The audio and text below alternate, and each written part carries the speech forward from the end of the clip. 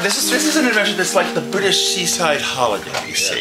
It forms a shared sense of adversity. Exactly. Yeah, exactly.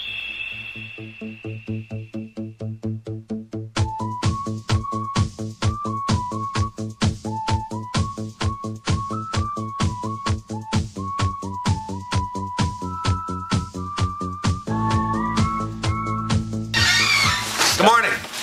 It's Monday morning. We're still in Waterville, but you probably figured that out from the last clip.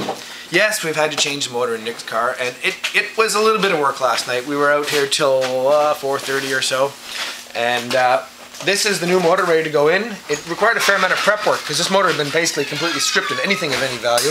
Clutch, bell housing, flywheel, even the little washer, copper washers in the oil line were gone. We got the distributor in, a few other things, and we're going to drop it back in and be driving out of here pretty soon. I'd like to make a couple of special mentions. We went this morning to Waterville Advanced Auto and tried to buy a few obscure parts for Land Rovers, and he says, geez, I can get that for you. Not only that, I can have it delivered out to Bruce's place within the hour. Well, it's a national holiday in the United States today, and it was here in 20 minutes. In fact, it almost beat us getting here. The other special mention I'd like to mention is Neil here, who has been a super trooper and helped us out, and he should be elsewhere, but he knows the importance of the Land Rover Brotherhood, and he's going to stick it out until this motor is in and running. And I can honestly tell you he shouldn't be doing that, but he's sticking up for us, and we're grateful for that. So we'll check in with you a little bit. Thanks, Neil. Good. Let's go. Cheers.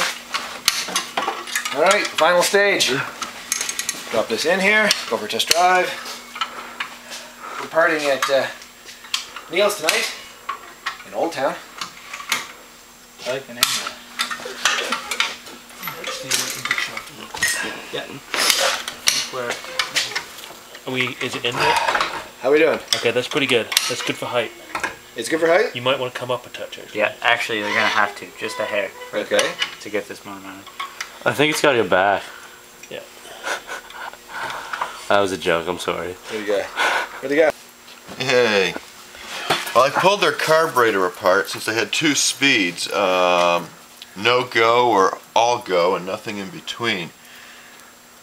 It appears a substantial amount of water sat in this carburetor for pretty close to a decade.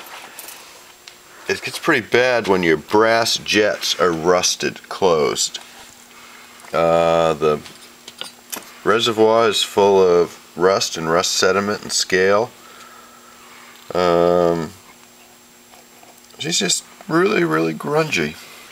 So we're going to do a quick cleanup, blow everything out, probably even do the cardinal sin of sticking a wire brush in a few of these orifices. And no. Okay, well the motor's in, bolted in, motor mounts are all on. We're doing all the magic stuff we do for this.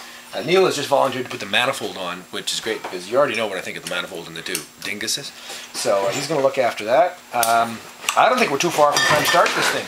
As you've heard, Bruce is going to fix up our car, and that'll be running just aces, I'm sure. What do we need?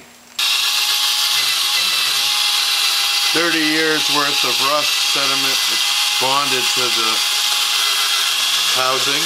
Yeah.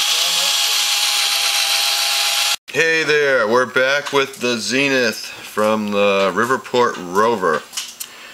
We've got it apart, we've wire brushed it, we've beat on it, we've taken all of the jets out, cleaned the rust off and out of them and the corrosion. Accelerator pump, piston, it's all cleaned up, it was good and crusty.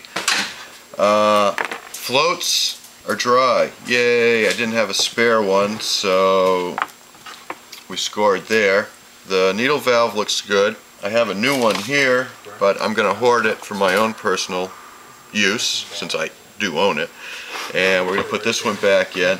What I dreaded the most was the accelerator pump diaphragm was going to be broken. It has like 7 or 8 holes on this side, and there's 3 or 4 more on that. I do not have one of these in stock, and they're bloody expensive. So what I've done in the past is the rubber roof diaphragm. I have a flat roof and I put a rubber roof on it, or I had one put on it. And Firestone is guaranteeing the roof not to leak for 15 years, so I figured it would work for diaphragms on the Zenith carburetor. I've done it to mine. It works for me. I'm going to make one for this. It'll work. It'll at least get them home.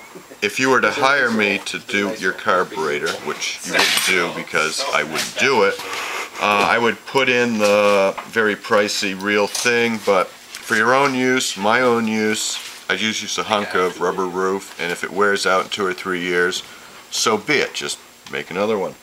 This being a Zenith, and the factory, for who knows what reason, there's many theories out there that they were trying to cut pennies, you know, or pences, whatever. They did not anneal this when they made it, so when it gets hot, it deforms and it reforms in non-square patterns, and gas and air leak between the surfaces. So to anneal it, you take all of the brass bits, everything off of the carb, and plane the two surfaces on I use a sheet of glass with 600 wet paper with a little bit of light oil, and then I wait till my mother-in-law is on vacation and go over and use her toaster oven. Don't use yours at home. If you don't have a mother-in-law, go to a thrift store and buy one. Throw these two halves in the toaster oven at 400 degrees, and every hour knock it down about 10 degrees until you're all the way down to the off position. Then let it sit for 24 hours. Clean it up, reassemble it, and hopefully it won't warp again. Now, there's another thing. This Zenith is used on numerous applications, but on the Land Rover application, there's one jet that's not used. On the base of it, it's the jet closest to the center, which would be, if you're looking at a clock, 11:30. Normally, I use a piece of 8-gauge aluminum electrical wire, and I force it in there. I don't have any of that kicking around in my back pocket today, so I use 10-gauge copper wire, which is still too small, so I left the sheathing on it, and I took a peen hammer and I peened it down in there. It'll be happy. Now we're going to put it together and see if it'll work. Turn the freaking thing off, will you? These guys are all looking for nasty B-roll footage. Yeah. That's what they're doing. They're looking for the crap that they're going to put together later too. Like, I could just put a nice big thumper in there. Yeah. That'll fit. Luckily, it's not my camera. Nick, why don't you tell us about the engine? It's not fit for YouTube. What happened is the engine's up, it's running, Runs beautifully. and I took it out for a run, and the freeze plug started leaking, the center freeze plug.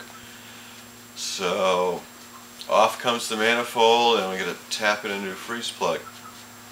Two things are stalling us. One, none of us have slept in God knows how long. And secondly, I have a whole shelf full of freeze plugs, but I don't have one large enough. So we get the night off. I haven't slept in a long time. And then Just put a new engine in my truck. excellent. if you just want to keep going. There's a hole in the side of the engine. We gotta fix it tomorrow morning. We're hoping to go drinking tonight. We'll make that all fixed. Gonna fix it in the morning. Then we're gonna drive for 30 hours. The only thing is that we got. I love you, Mom, Dad, Well, just all my buddies at home. around Brewer.